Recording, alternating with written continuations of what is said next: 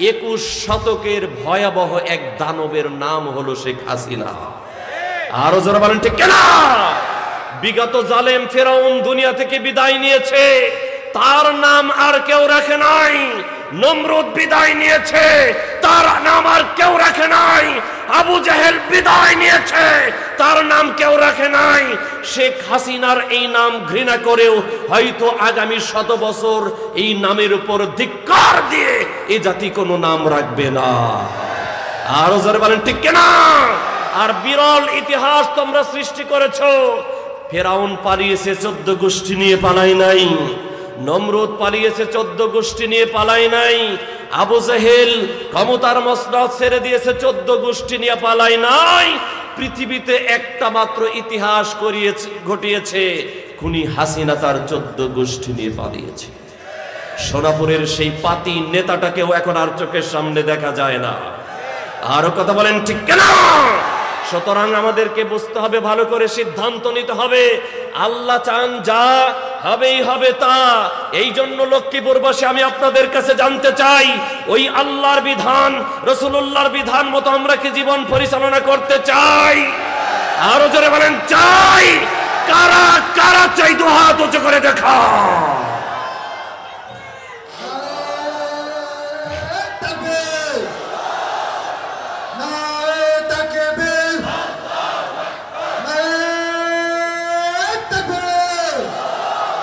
এই যে তাকান, দেখেন বয়োর বিরুদ্ধে একজন বাবা স্লোগান দিছে। সুতরাং এগুলা দেখে বুঝতে হবে, অন্তর এটা লালন করতে হবে, আগামীর বাংলাদেশ কোরআনের বাংলাদেশ, আগামীর বাংলাদেশ ইসলামী আন্দোলনের নেতৃত্বের বাংলাদেশ, আগামীর বাংলাদেশ টুপিওয়ালা দাড়িওয়ালাদের বাংলাদেশ। এই জমিন আলেমরা রক্ত দিয়েছে, এই জমিন শাহজালালের জমিন, শাহপরানের জমিন। এদেশ থেকে ইসলামকে বিদায় করা যায় নাই, যাবে না। আরো জোরে বলেন ঠিক কিনা? সুতরাং আমাদেরকে ভয় দেখে লাভ নাই, আমরা দমে যাই নাই, দমে যাব না কখনোই, ঠিক কিনা বলে?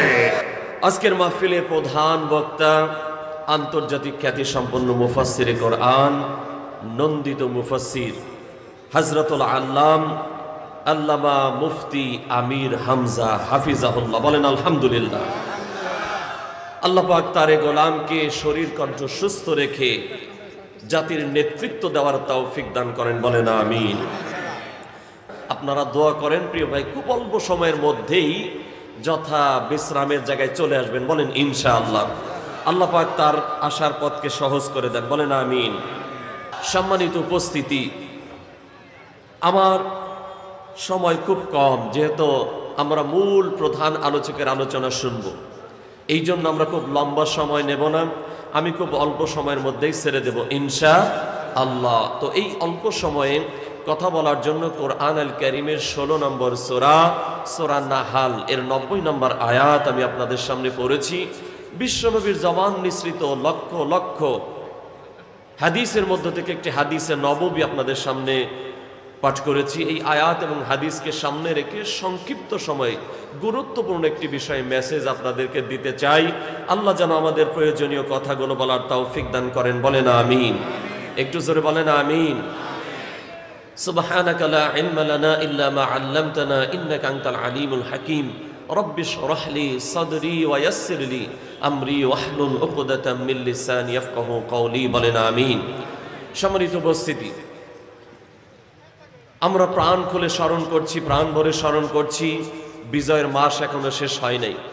1971 সালে যারা আমাদের এই মাতৃভূমিকে স্বাধীন করার জন্য জীবন দিয়েছেন, আল্লাহ পাক তাদেরকে শহীদ হিসেবে কবুল করেন, জোরে কোন আমিন। এবং সেই সাথে স্মরণ করছি এখন পর্যন্ত যে সকল মুক্তিযোদ্ধারা জীবিত রয়েছেন, আল্লাহ পাক তাদেরকেও কবুল করেন, বলেন আমিন। সেই সাথে ধিক্কারও জানাচ্ছি কিছু মুক্তিযোদ্ধাদেরকে যারা ভুয়া মুক্তিযোদ্ধা। আছে না নাই? আছে না নাই? আছে না নাই? অন্তর্বর্তীকালীন সরকার বলেছেন যে আপনারা যদি স্বেচ্ছায় সরে না যান, তাহলে আমাদের যদি খুঁজে বের করা লাগে প্রত্যেককে কাঠগড়ায় দাঁড় করাবো, রাষ্ট্রদ্রোহী মামলা হবে, জাতীয় চোর হিসাবে পরিচয় হবে, রাষ্ট্রীয় কোষাগারে সম্পদ খাওয়ার জন্য, ঠিক কিনা বলে? এই জাতীয় মুক্তিযোদ্ধা আছে না নাই? ওরে ভাই, আছে মানে জন্ম হয়েছে 81-তে, 71-এ নন্দিত মুফাসসিরের বিরুদ্ধে সাক্ষী হয়েছে, এরকমও আছে না নাই? জোরে বলেন, আছে না নাই? হ্যাঁ, এখন কই কই রে ভাই তোরা, ঠিক না? সেই সাথে প্রাণ খুলে স্মরণ করছি, বিগত 15.5 বছর অত্যাচার, নির্যাতন, নিপীড়নের স্টিম রুলার যে সকল স্বৈরাচার এবং তার দোসরেরা চাপিয়েছিল এই জাতির উপরে, তাদের থেকে মুক্ত করার জন্য যারা এই যে হাজারের উপরে মায়ের বুক খালি করে আমাদের এই স্বাধীনতা এনে দিয়েছেন, তাদের প্রতি আমরা হৃদয় নিংড়ানো ভালোবাসা জ্ঞাপন করছি। আল্লাহ পাক তাদেরকে শহীদ হিসেবে কবুল করেন, বলেন আমিন। সেই সাথে প্রাণ খুলে দোয়া করছি, আপনারা জানেন এই 24 এর গণ অভ্যুত্থানে 50,000-এরও অধিক আহত হয়েছিল। কথা বলেন, এদের ভিতরে 5 শতাধিক তাদের দৃষ্টিশক্তি হারিয়ে ফেলেছে। অনেকের হাত নাই, অনেকের পা নাই, অনেকের ভিতরে শত শত যে ছোররাগুলির বুলেট ঢুকে আছে, জীবনে বের করতে পারবে না। আল্লাহ পাক তাদের জীবন চলার পথকে সহজ করে দেন, বলেন আমিন। আরেকটু জোরে বলেন আমিন। এখন পর্যন্ত এই দৃষ্টিহীন লোকগুলো আমাদের সামনে রয়েছে, হাত নাই পা নাই, এরকম লোক আছে না নাই? আমাদেরকে স্বাধীন করার জন্য যারাই ত্যাগ স্বীকার করেছে, তারা আমাদের চোখের সামনে থাকার পরেও কিছু লোক স্বপ্ন দেখে যে চট করে এসে পট করে আবার বসবে। এই সুযোগ দেবেন? এই সুযোগ হবে? আমি তো বলি শোনেন, চট করে এসে পট করে ঢুকবেন। শেখ হাসিনা বেঁচে থাকতে কোনো দিন আর বাংলার এই আকাশের নিচে মসনদে বসতে পারবে না, ঠিক কিনা বলেন? যেখানেই ওর দোসরেরা মাথা চারা দিয়ে উঠবে, বিএনপি, জামাত, হেফাজত সকল দল মিলে আমরা হাতে হাত কাঁধে কাঁধ রেখে ওদের কোমর ভেঙে দেব ইনশাআল্লাহ। এদেশে আর কোনো ফ্যাসিজম কাউকে কায়েম করতে দেওয়া হবে না, হবে না, হবে না। কথা বলেন ঠিক কিনা? সুতরাং ওই গুহায় বসে বসে ফেসবুকে পোস্ট ওটা করো আর জ্বলে পড়ে নিজেরাই মরো, এর বাহিরে তোমাদের করার কিছুই নাই। কথা বলেন ঠিক কিনা? তোমরা তো তারা লক্ষ্মীপুরবাসী, আপনারা দেখেছেন কিনা আমি জানি না, 5ই আগস্ট যেদিন অসংখ্য মায়ের বুক খালি হয়েছে, আরে আমি তো সেই জায়গার লোক যেখানে ওরা মানুষ হত্যা করে আগুন দিয়ে জ্বালিয়ে পুড়িয়ে সরকার করেছে, আমি সেই আশুলিয়া বাইপাইলের লোক, এগুলো আমার চোখের সামনে। সুতরাং আমি এই কথাগুলো শক্ত করে কেন বলি? কারণ আমার চোখের সামনেই এই ঘটনাগুলো ঘটেছে। 5ই আগস্ট যখন জানা গেল খুনি হাসিনা পালিয়েছে, তখন তার দোসরেরা এই হেলমেট বাহিনী এবং তার পুলিশ লীগ এবং অসংখ্য সশস্ত্র সন্ত্রাসী এরপরেও হাজার হাজার মানুষের উপর গুলি চালিয়েছে, ঠিক কিনা বলেন? আরো জোরে বলেন ঠিক কিনা? এই আমার চোখের সামনে অসংখ্য মায়ের সন্তান গুলিবিদ্ধ অবস্থায় হাসপাতালে নেওয়া হয়েছে, অনেককে বের করা হয়েছে লাশ আমার চোখের সামনে। আপনারা সচক্ষে দেখেছেন কিনা জানি না, কিন্তু আমার চোখ সাক্ষী, আমি দেখেছি। সুতরাং চট করে এসে পট করে চেয়ারে বসবেন, এই সুযোগ আপনাদের, এটা স্বপ্ন, এই সুযোগ বাংলার মুসলমান, বাংলার কোন ধর্মাবলম্বী তোমাদেরকে আর দেবে না, ঠিক কিনা বলেন? আর জোরে বলেন ঠিক কিনা? সুতরাং ওদের প্রতি নেকামো করে ভালোবাসা দেখানোর কোনো সুযোগ যারা বেশি ভালোবাসা দেখাবেন তারাও কিন্তু পস্তাবেন, ঠিক কিনা বলেন? জাতীয় মির্জাফর জাতীয় গাদ্দার হিসাবে চিহ্নিত হবেন, ঠিক কিনা বলেন? তোমরা তো তারা মুরব্বী মানুষ, দিনের বুঝ আসছে, মুখের ভিতর ছোট্ট ছোট্ট দাড়ি উঠতেছে, কয় যে এরে জামাত শিবিরের মামলা দাও, বানায় বলতেছে এগুলা বানানো কথা। আর যদি দেখছে যে মুখে লম্বা দাড়ি, কয় এরে হেফাজতের মামলা দে, আর না হয় জঙ্গি। হয়েছে কিনা বলেন? আরে তোমরা তো তারা যারা চট করে এসে ক্ষমতার মসনদে পট করে বসতে চাও, তোমরা তো তারা যারা বিগত সময়ের 3 বারের প্রধানমন্ত্রী বেগম খালেদা জিয়াকে মিথ্যা 2 কোটি টাকা মামলা দিয়া জেল খাটাইছো, এটা কি বানানো কথা না সত্য? জোরে বলতে হবে, এটা কি বানানো কথা? অথচ বেগম খালেদা জিয়া ওই টাকা ধরেনও নাই, ওই টাকা স্পর্শও করেন নাই, ওই টাকা এখনো ব্যাংকে পড়ে রয়েছে। 6 কোটি টাকা প্লাস হয়ে গেছে। আরে ভাই, তথ্য আমার কাছে আছে, আমরা আন্দাজে কথা বলি না, এভিডেন্স ভিত্তিক কথা বলি। খেয়াল করেন, 6 কোটি টাকার উপরে হয়ে গেছে। যে ভাইরা এটা তথ্য ভালো করে জানেন, কারণ পলিটিক্স করেন, ওনাদের এটা জানতে হয়।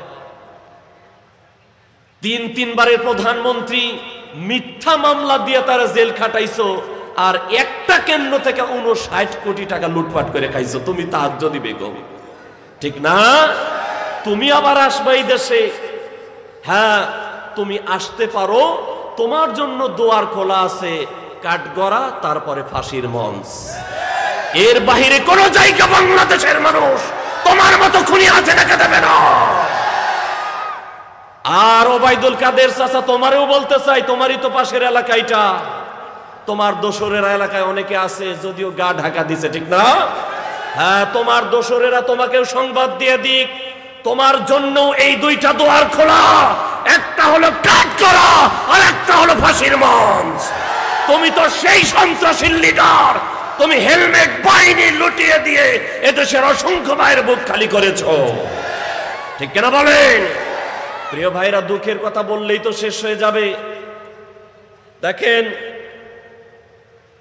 যখন এই বেগম খালেদা জিয়ার ছোট ছেলে মারা গেল, নাম হলো আরাফাত রহমান কোকো। কি নাম বলেন? কি নাম?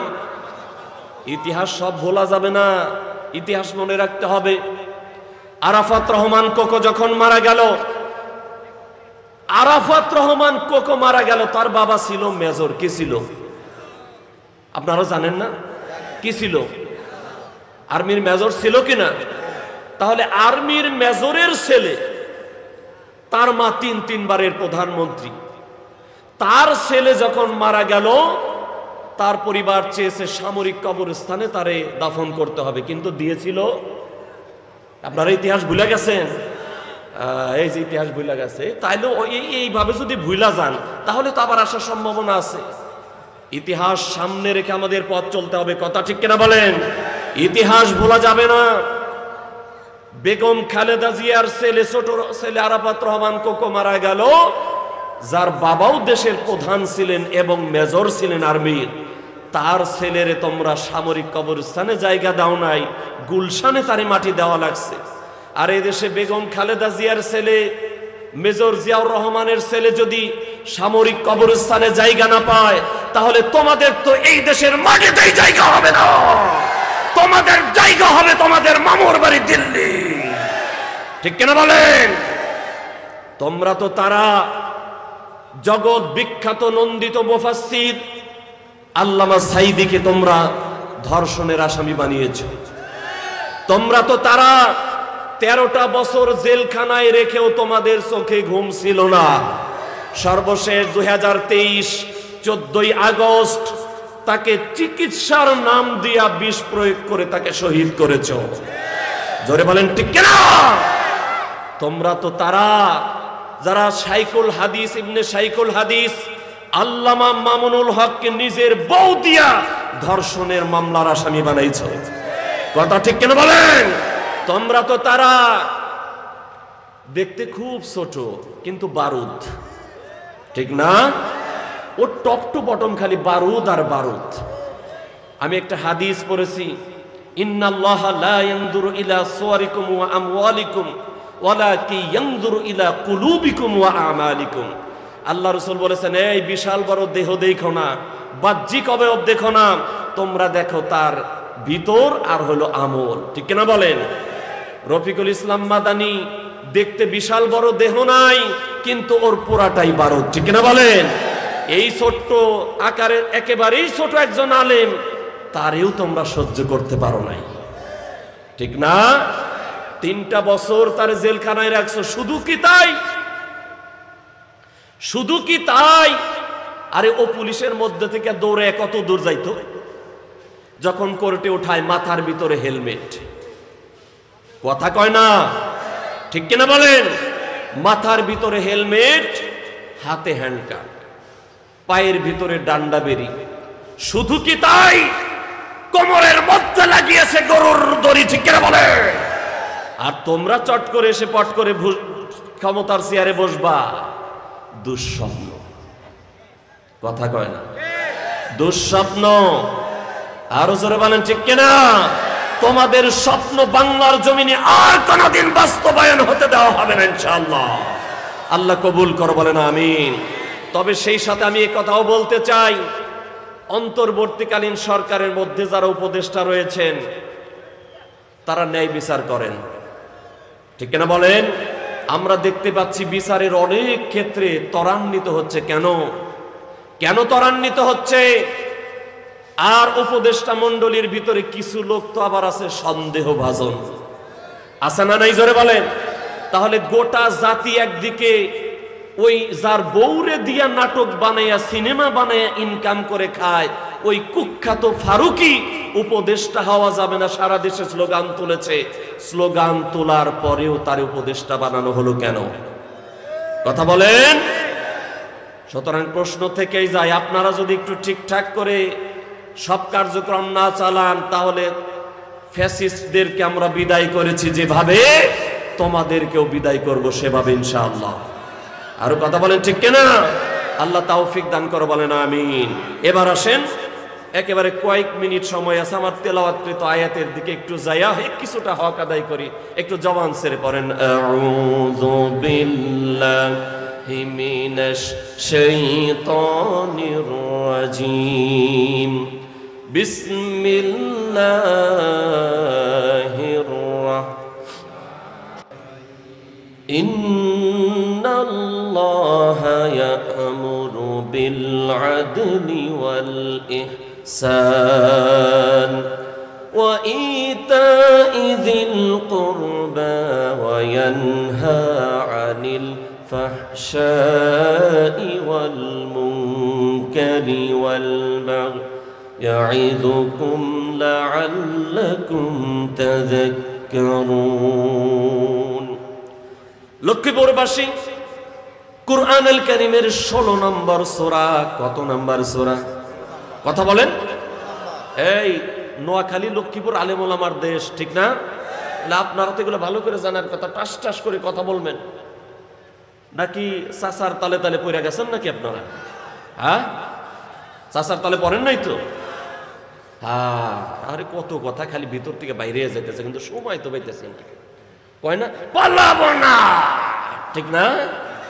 কই রে চাচা, তুমি কই গেলা?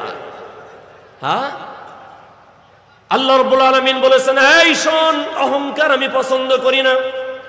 ইন্নাল্লাহা লা ইউহিব্বুল মুতাকাব্বিরিন।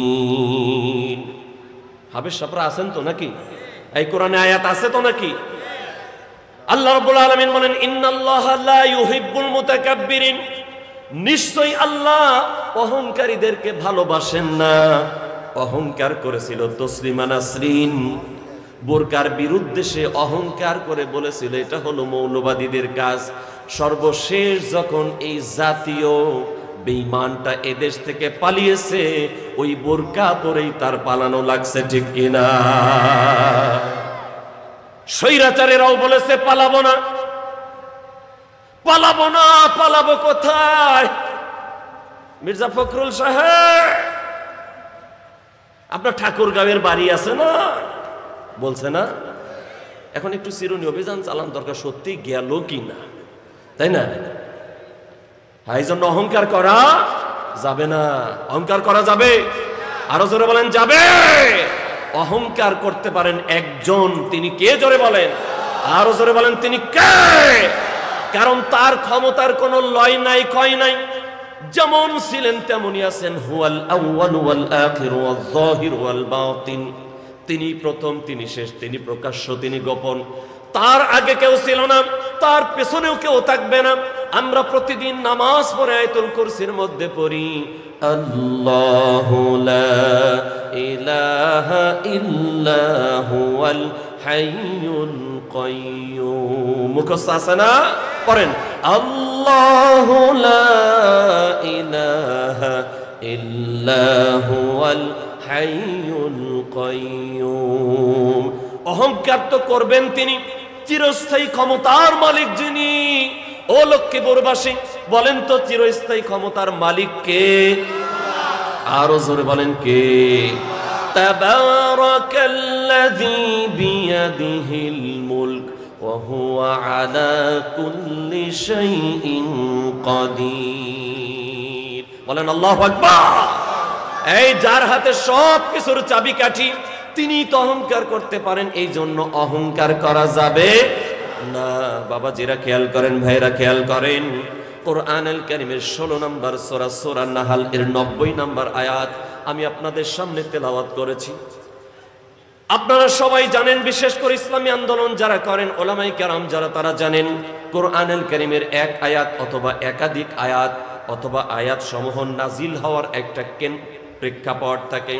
বাংলায় বলা হয় প্রেক্ষাপট, ইংরেজিতে বলা হয় ব্যাকগ্রাউন্ড, আরবিতে বলা হয় সাবাবে নুজুল বা শানে নুজুল বলা হয়। এই আয়াত নাজিল হওয়ার শানে নুজুল, ব্যাকগ্রাউন্ড, প্রেক্ষাপট হলো রাসূল করিম সাল্লাল্লাহু আলাইহি ওয়াসাল্লাম তার বাড়ির উঠানে বসে রয়েছেন। এমন সময় বিশ্বনবীর একজন সাহাবী তার সামনে দিয়ে হেঁটে যাচ্ছিলেন, কোনো কথাবার্তা নাই। বিশ্বনবীর সাথে কোনো কথাবার্তা বলছেন না, সোজা হেঁটে যাচ্ছেন। যাওয়ার পথে বিশ্বনবী ডাক দিলেন, ও সাহাবী, তুমি কোনো কথাবার্তা না বলে চলে যাও কেন? লক্ষ্মীপুরবাসী, আপনাদের কাছে আমি প্রশ্ন রাখতে চাই, বিশ্বনবীর 1.25 লাখ সাহাবী ছিল, এদের ভিতর কি একজন সাহাবী এমন পাওয়া যাবে বিশ্বনবী ডাক দিয়েছেন আর ওই ডাকে সাড়া দেন নাই? আমার কথা বুঝেন নাই? বিশ্বনবীর 1.25 লাখ সাহাবীর ভিতরে এমন একজনও আপনি খুঁজে পাবেন না বিশ্বনবী ডাক দিয়েছেন আর ওই ডাকে সাড়া দেন নাই।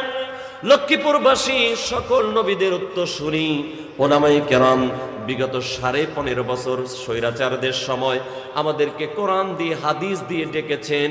আমরা যদি সাড়া দিতাম তাহলে আজকে দেশের এই চরম ক্ষতি স্বৈরাচারেরা করতে পারত না, ঠিক কিনা? আরো জোরে বলেন ঠিক কিনা? তাহলে নন্দিত মুফাসসিরকে 13 বছর জেল কাটা লাগতো না, বেগম খালেদা জিয়াকে জেলে দিতে পারতো না, রফিকুল ইসলাম মাদানীকে হাতের মধ্যে হাত করা, পায়ের মধ্যে ডান্ডা বেরি, কোমরের মধ্যে দড়ি লাগাইতে পারতো না। কিন্তু আমরা ব্যর্থ হয়েছি ডাক দিতে, ডাকের সাথে সাথে সাড়া দিতে পারি নাই। কিন্তু বিশ্বনবীর সাহাবায়ে কেরাম এমন ছিলেন না, সাহাবায়ে কেরামের অভ্যাস ছিল এমন, বিশ্বনবী বলতেন যা, মেনে নিতেন তারা তা। আল্লাহর কোরআন বলেছে সামি'না ওয়া আতা'না, তাদের অভ্যাস ছিল শুনলাম আর মেনে নিলাম। কোন সুবহানাল্লাহ! শুনলাম আর মেনে নিলাম। নবীজি আমার ডাক দিয়েছেন, ও আমার সাহাবী, কোনো কথাবার্তা না বলেই কেন চলে যাও?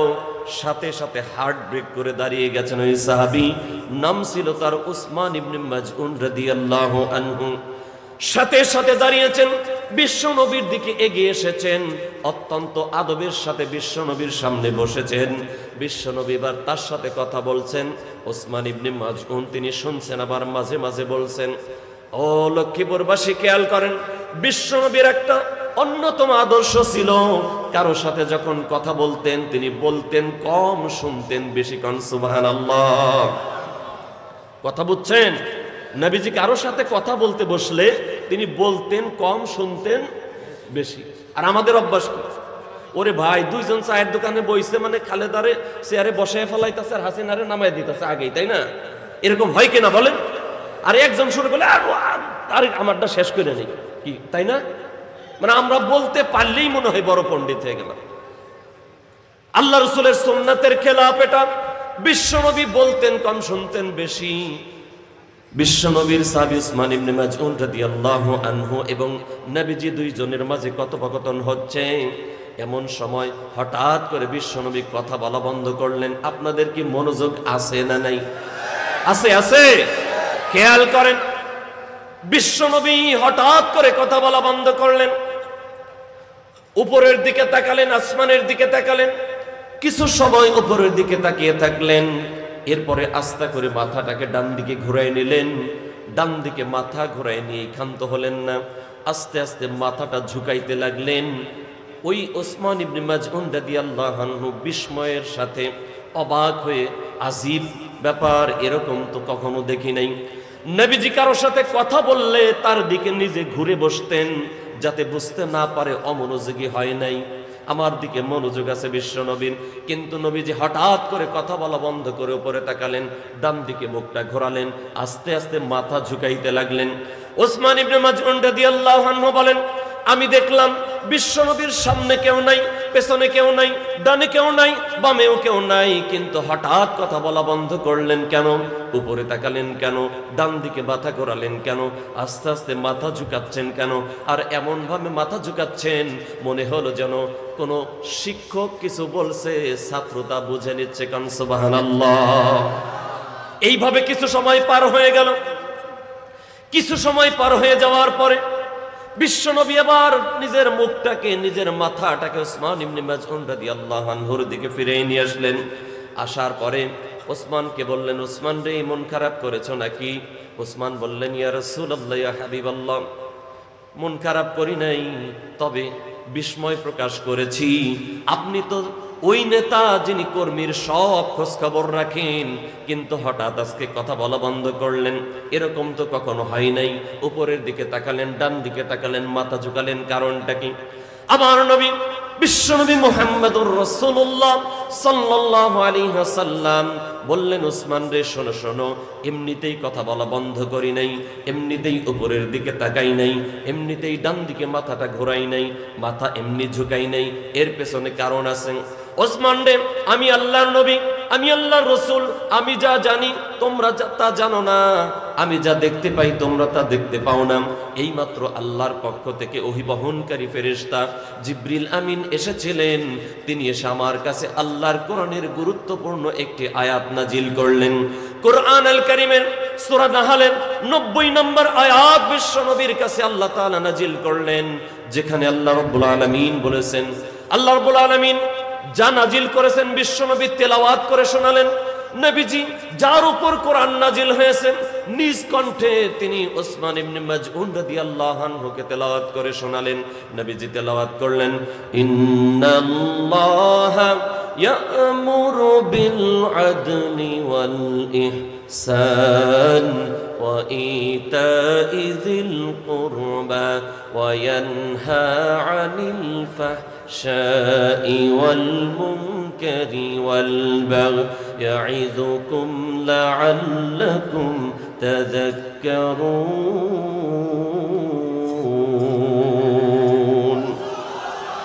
নবীজি তার সুললিত কণ্ঠে তেলাওয়াত করে শোনালেন। ওসমান ইবনে মাজউন রাদিয়াল্লাহু আনহু অবাক হয়ে গেলেন। ইয়া রাসূলুল্লাহ, ইয়া হাবিবাল্লাহ, আমি আপনার সামনে বসা, কোরআনুল কারীমের আয়াত নাজিল হয়ে গেল।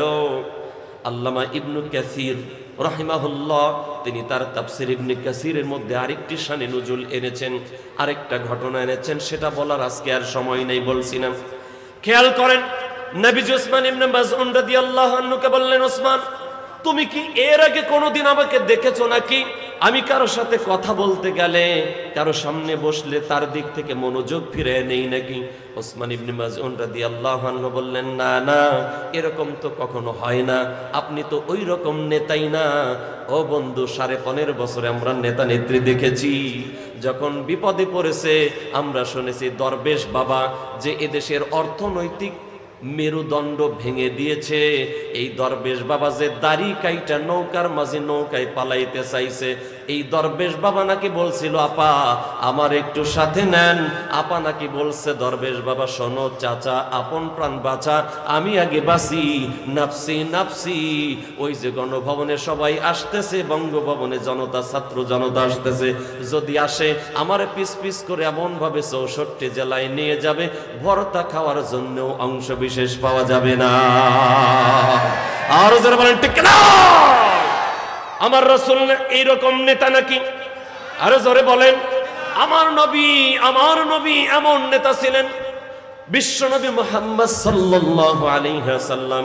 আমার ভাইরা, আমার সময় নাই, রাতের পর রাত কথা বলা যাবে, কিন্তু সময় নেই, শেষ করে দিতে হবে। নবীজির কথা আর বলতে পারলাম না, শোনেন শুধু। নবীজি বললেন, ওসমান রে, আমি কখনোই এরকম করি না, কারোর সাথে কথা বলতে বসলে, কাউকে সাথে নিয়ে বসলে তার দিক থেকে মনোযোগ ঘোরাই না, কিন্তু আজকে এরকম করলাম। কারণ হলো আল্লাহ রাব্বুল আলামিন ওহী বহনকারী ফেরেশতা জিবরিল আলাইহিস সালামকে পাঠিয়েছেন।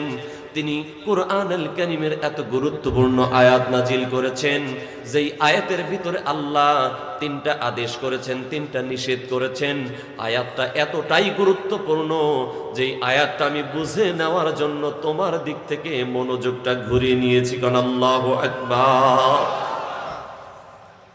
বিশ্বনবী বললেন, ওসমান রে, এই কারণে তোমার থেকে আমি মুখটা ঘুরিয়ে নিয়েছি, মনোযোগ ফিরিয়ে নিয়েছি। ওসমান রাদিয়াল্লাহু আনহু বললেন, ইয়া রাসূলুল্লাহ, ইয়া হাবিবাল্লাহ, এই আয়াতে আল্লাহ কি বলেছেন? বিশ্বনবী বললেন, ও লক্ষ্মীপুরবাসী, এই আয়াতে আল্লাহর আদেশ আছে তিনটা। কয়টা? জোরে বলেন, সবাই বলেন।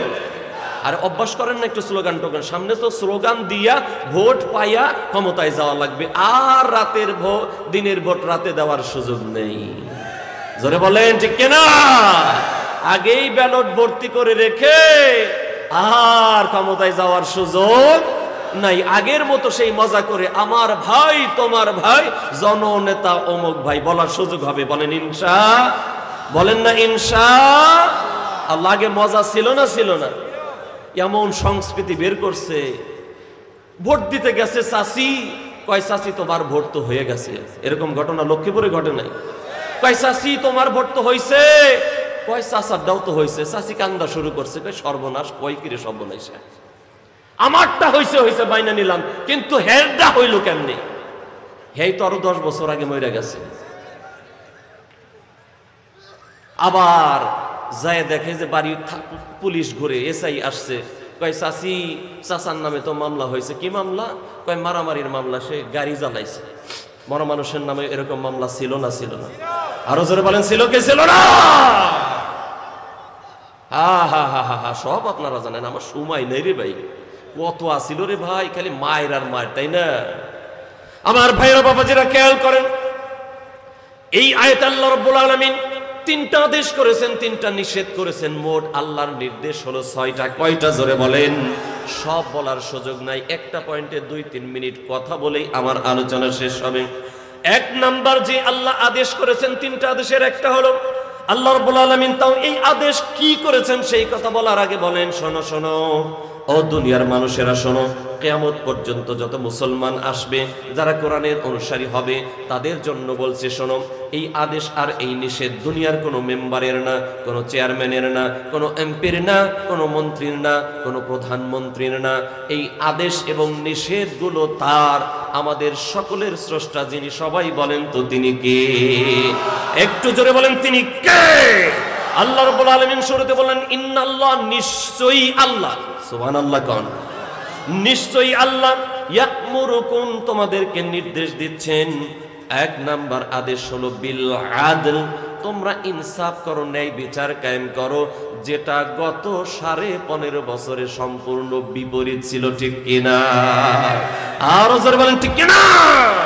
আমার ভাইয়েরা বাবাজিরা, বলেন তো দেখি, এই তথ্য কি আপনাদের কাছে আছে? 3-4 তলা বিল্ডিং, ওই বিল্ডিং এর নিচের তলার লোক জানে না এদেশের নিবন্ধিত একটা দল 3 তলায় বাস করে। এরকম নিবন্ধিত দল ছিল না? ছিল না? অথচ নিচতলার লোক জানে না 3 তলায় দেশের নিবন্ধিত দল আছে। তারা এর নিবন্ধন দিছে। আর এদেশের মাটি ও মানুষের প্রিয় সংগঠন ইসলামী আন্দোলনের দল, টেকনাফ থেকে তেতুলিয়া, রূপসা থেকে পাথুরিয়া, যাকে মানুষ চেনে জানে ভালোবাসে, ওই দল এর নিবন্ধন তারা বাতিল করেছিল। ঠিক কিনা? আর জোরে বলেন ঠিক কিনা? কিন্তু প্রিয় ভাইয়েরা খেয়াল করেন, আল্লাহ চান যা হবেই হবে তা। ঠিক কিনা বলেন? আল্লাহ রাব্বুল আলামিন বলেন, ইন্নামা আমরুহু ইযা আরাদা শাইআন আইয়াকুলা লাহু কুন ফায়াকুন। আল্লাহ রাব্বুল আলামিন বলেন, এই শোনো, আমি যা সিদ্ধান্ত নেই তাই হবে। আর এই সিদ্ধান্ত বাস্তবায়ন করার জন্য আমার ধরা লাগে না, ছোঁয়া লাগে না, কাছে যাওয়া লাগে না। আমি বলি কুন ফায়াকুন হয়ে যায়। স্বৈরাচারেরা বলেছিল, খুনি এবং তার দোসরেরা বলেছিল 2041-এর আগে আমরা যাব না, কিন্তু আল্লাহ বলেছেন, না না, এই সুযোগ তোমরা পাবে না। 5ই আগস্ট 2024 দুইটার আগে পালাইতে বাধ্য হবা। আল্লাহর সিদ্ধান্ত ছিল এটা, বাস্তবায়ন হবেই হবে। তা কথা বলেন ঠিক কিনা? হইছে কিনা? হইছে কিনা? হইছে কিনা? যারা বলেন হইছে কিনা? আমার আল্লাহ যা চান তাই হবে। এমন ভাবে বিদায় করেছে, 12 প্রকারের তরকারি সামনে ছিল না? ছিল না? ওরে ভাই, আমি আফসোস, হাইরে দেশে হাজার হাজার মায়ের বুক খালি হয় আর এই 12 প্রকারের তরকারি ঘরে থাকে, এটা দিয়ে ভাত খাইব, এটা তো কোন মানুষের পক্ষে সম্ভব না, ডাইনি ছাড়া। আস্তে করে বলেন ঠিক কিনা? কোন ডাইনি ছাড়া কোন মানুষের পক্ষে এটা সম্ভব? আরো জোরে বলেন সম্ভব। বুঝতে হবে নিঃসন্দেহে এটা ডাইনি। ঠিক কিনা বলেন? 21 শতকের ভয়াবহ এক দানবের নাম হলো শেখ হাসিনা। আরো যারা বলেন ঠিক কিনা? বিগত জালেম ফেরাউন দুনিয়া থেকে বিদায় নিয়েছে, তার নাম আর কেউ রাখে নাই। নমরুদ বিদায় নিয়েছে, তার নাম আর কেউ রাখে নাই। আবু জেহেল বিদায় নিয়েছে, তার নাম কেউ রাখে নাই। শেখ হাসিনার এই নাম ঘৃণা করেও হয়তো আগামী 100 বছর এই নামের উপর ধিক্কার দিয়ে এ জাতি কোনো নাম রাখবে না। আরো যারা বলেন ঠিক কিনা? আর বিরল ইতিহাস তোমরা সৃষ্টি করেছো। ফেরাউন পালিয়েছে 14 গোষ্ঠী নিয়ে, পালাই নাই। নমরুদ পালিয়েছে 14 গোষ্ঠী নিয়ে, পালাই নাই। আবু জেহেল ক্ষমতার মসনদ ছেড়ে দিয়েছে 14 গোষ্ঠী নিয়ে, পালাই নাই। পৃথিবীতে একটা মাত্র ইতিহাস ঘটিয়েছে, খুনি হাসিনা তার 14 গোষ্ঠী নিয়ে পালিয়েছে। সোনাপুরের সেই পাতি নেতাটাকেও এখন আর চোখের সামনে দেখা যায় না। আরো কথা বলেন ঠিক কিনা? সুতরাং আমাদেরকে বুঝতে হবে, ভালো করে সিদ্ধান্ত নিতে হবে। আল্লাহ চান যা হবেই হবে তা। এই জন্য লক্ষ্মীপুরবাসী আমি আপনাদের কাছে জানতে চাই, ওই আল্লাহর বিধান, রাসূলুল্লাহর বিধান মতো আমরা কি জীবন পরিচালনা করতে চাই? আরো জোরে বলেন চাই। কারা কারা চাই? দু হাত উঁচু করে দেখা।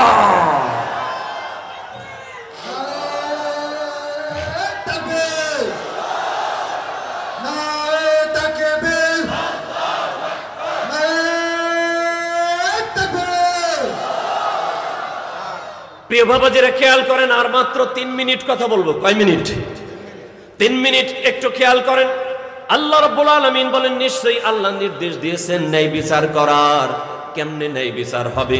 ভালো করে লক্ষ্মীপুরবাসী খেয়াল করেন। কার্ল মার্কসের আদর্শ দিয়ে ন্যায় বিচার হয় না, লেনিনের আদর্শ দিয়ে ন্যায় বিচার হয় না, বংশোত্তরের আদর্শ দিয়ে ন্যায় বিচার হয় না, মুজিবের আদর্শ দিয়া ন্যায় বিচার হয় না, জিয়ার আদর্শ দিয়েও হবে না। বেজার হইেন না ভাইরা আমার। দুনিয়ার কোন নেতার আদর্শ দিয়ে হবে না, ইল্লা মুহাম্মাদুর রাসূলুল্লাহ সাল্লাল্লাহু আলাইহি ওয়াসাল্লাম। ঠিক কিনা? যেই আদর্শ আল্লাহ মনোনীত করে দিয়েছেন। আল্লাহ রাব্বুল আলামিন বলেন, লাকাদ কানা লাকুম ফি রাসূলিল্লাহি উসওয়াতুন হাসানাহ লিমান কানা ইয়ারজুল্লাহা ওয়াল ইয়াউমাল আখির ওয়া যাকারাল্লাহা কাসীরা। বলেন আল্লাহু আকবার। যে আদর্শ মনোনীত করেছেন যিনি, তিনি কে? জোরে বলেন, আরেকটু জোরে বলেন, তিনি কে?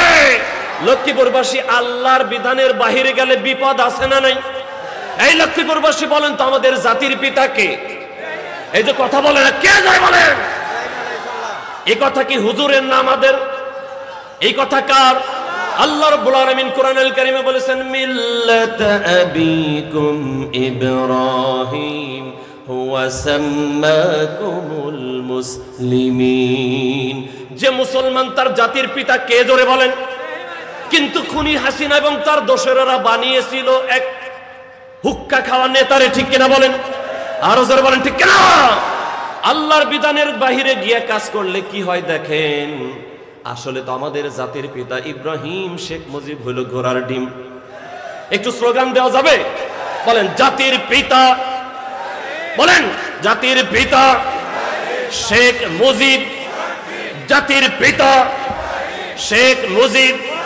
এই জোরে একজন স্লোগান দেন, জাতির পিতা। স্লোগান দেয় না কেন? জোরে বলেন।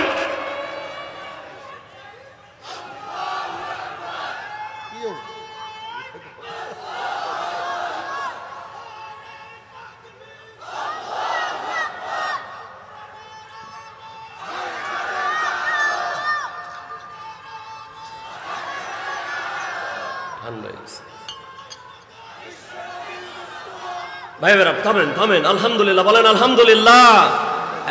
এই যে তাকান দেখেন, বয়োর বিরুদ্ধে একজন বাবা স্লোগান দিছে। সুতরাং এগুলা দেখে বুঝতে হবে, অন্তরে এটা লালন করতে হবে, আগামীর বাংলাদেশ কোরআনের বাংলাদেশ, আগামীর বাংলাদেশ ইসলামী আন্দোলনের নেতৃত্বের বাংলাদেশ, আগামীর বাংলাদেশ টুপিওয়ালা দাড়িওয়ালাদের বাংলাদেশ। এই জমিন আলেমরা রক্ত দিয়েছে, এই জমিন শাহজালালের জমিন, শাহপরানের জমিন। এদেশ থেকে ইসলামকে বিদায় করা যায় নাই, যাবে না।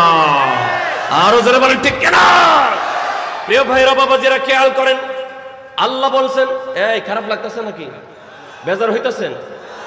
হ্যাঁ খেয়াল করেন, জাতির পিতা হলো ইব্রাহিম, এই কথা কি আমার? জোরে বলেন।